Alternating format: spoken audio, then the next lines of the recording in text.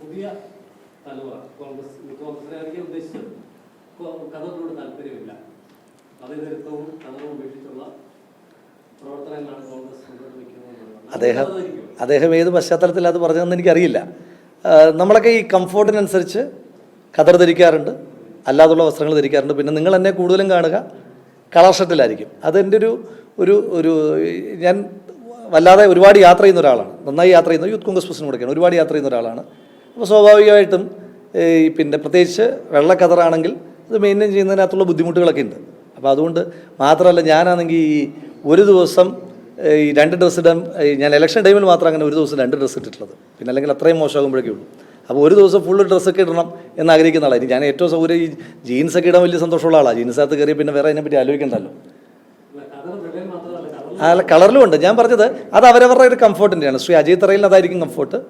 ഖദർ പിന്നെ ഇടാത്ത ചെറുപ്പക്കാരും മതേതരത്വം അണിയാതിരിക്കില്ല. മതേതരത്വമല്ല ചെറുപ്പക്കാരും അണിയുന്നുണ്ട്. പിന്നെ ഇതൊക്കെ ഒരു ഖദറിൻ്റെതായ ഒരു ലക്ഷ്യം ഉണ്ടായിരുന്നു, അതിപ്പോഴും ഉണ്ട്. ഗാന്ധിയുടെ ഒരു പ്രത്യേകമായ പ്രത്യയശാസ്ത്രമുണ്ട് അതിനകത്തെ. എനിക്ക് ഒരു കൗതുകം തോന്നിയിട്ടുള്ളൊരു പോയിന്റ് ഞാൻ പറയാം. ഈ പിന്നെ ഇപ്പോൾ ഒരു ഗാന്ധി സെൽഫ് റിലയൻസിന് ഉള്ളൊരു മാർഗമായിട്ട് കൂടെ അതുപോലെ തന്നെ നമ്മുടെ സ്വദേശീയവൽക്കരണത്തിൻ്റെ ഭാഗമായിട്ടും സാമ്പത്തിക സ്വയം പര്യാപ്തതയുടെ ഭാഗമായിട്ടുമൊക്കെയാണ് ഖാദിയെ പറ്റി പറഞ്ഞത്. ഞാൻ നിങ്ങളുടെ അറിവിലേക്ക് പറഞ്ഞത് ഇപ്പോൾ ഒരു മാർക്കറ്റിംഗ് കൂടെ ആയി പോകും. എൻ്റെ ഒരുവിധം എല്ലാ ഷർട്ടും 90% ഷർട്ടും തുന്നുന്നത് പട്ടാമ്പിയുള്ള മുത്തുവാണ്. അപ്പം മുത്തുവിന് പൈസ കൊടുക്കുമ്പോഴും അത് ഇവിടെ തന്നെ ഉണ്ട്, അത് വിദേശമല്ല, സ്വദേശി തന്നെയായിട്ട് നിൽക്കുകയാണ്. 2, അദ്ദേഹം പറഞ്ഞൊരു വലിയ സങ്കല്പങ്ങളിലൊന്ന് ലളിത ജീവിതവുമായിട്ട് ബന്ധപ്പെട്ട് കൂടിയായിരുന്നു. അപ്പം അത് ലളിത ജീവിതത്തിൻ്റെ ഭാഗമായിട്ട് ഇപ്പം അത് നമ്മൾ ഒരു നല്ല ഡിബേറ്റിൽ, ഒരു ആരോഗ്യകരമായ ഡിബേറ്റ് ആണെങ്കിൽ നമുക്ക് അതിനെപ്പറ്റി ആലോചിക്കണം. അപ്പോൾ അത് ഒരു ഡിബേറ്റബിൾ വിഷയമാണ്. ചർച്ച ചെയ്യുന്നതിനകത്ത് സന്തോഷം. ഖാദിക്കും ഖദറിനും ഒന്നും ഒരു കാലത്തും പ്രാധാന്യം ഇല്ലാതായി പോകില്ല. അതിപ്പോൾ പി ജയരാജനെ ഖാദി ബോർഡ് ചെയർമാനാക്കിയതിൻ്റെ പേരിലും അതിൻ്റെ പ്രാധാന്യം ഇല്ലാതായി പോകുന്നില്ല.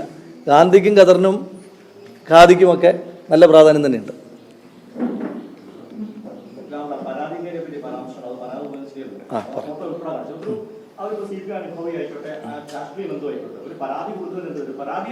അല്ല, പരാതിക്കാരി ആരാന്ന് പറഞ്ഞല്ലേ ഉള്ളൂ, നിങ്ങളാരും കൊടുത്തില്ല, ഞങ്ങളൊന്നും പറഞ്ഞില്ലല്ലോ. പരാതിക്കാരി ആരാണെന്ന്, അതായത് നിങ്ങളെ ഏതോ ഒരു ലക്ഷ്മി എന്ന് പറഞ്ഞപ്പോ ആ ലക്ഷ്മി ആരെന്ന് ഞങ്ങളും പറഞ്ഞല്ലേ ഉള്ളൂ. ഏതോ ഒരു അഭിഭാഷകയായ ലക്ഷ്മി എന്ന് കൊടുത്ത ഏതോ ലക്ഷ്മിക്ക് പകരം ഞങ്ങൾ ആരാണ് കോളേജിലെ പഴയ SFIയുടെ നേതാവായിരുന്ന അല്ല ഞങ്ങളത് പറഞ്ഞല്ലേ ഉള്ളൂ. അവർക്ക് പരാതി കൊടുത്തല്ലോ, ഞങ്ങളതൊന്നും പറഞ്ഞില്ലല്ലോ. അല്ല, നിങ്ങൾക്ക് കണ്ടെത്താൻ പറ്റാത്തോണ്ടാ, അതായത് ഇന്നലെ തൊട്ട് മാധ്യമപ്രവർത്തകരൊക്കെ പറയുന്നത് പിന്നെ ഏതോ ഒരു ലക്ഷ്മി പരാതി കൊടുത്തു എന്നുള്ള. അപ്പൊ ഞങ്ങൾക്ക് അറിയുന്ന ഡീറ്റെയിൽസ് കൂടി പറഞ്ഞു. ആ പരാതി കൊടുത്ത ലക്ഷ്മി SFIയുടെ പഴയ ലോ കോളേജ് നേതാവായ KS അരുൺകുമാർ എന്ന CPMന്റെ മാധ്യമ ചർച്ചകളിൽ പങ്കെടുക്കുന്ന ആളുടെ സഹപ്രവർത്തകയായ ഒരേ ലോ ഫേമിൽ പ്രവർത്തിക്കുന്ന ആളാണെന്ന് പറഞ്ഞതല്ലേ ഉള്ളൂ.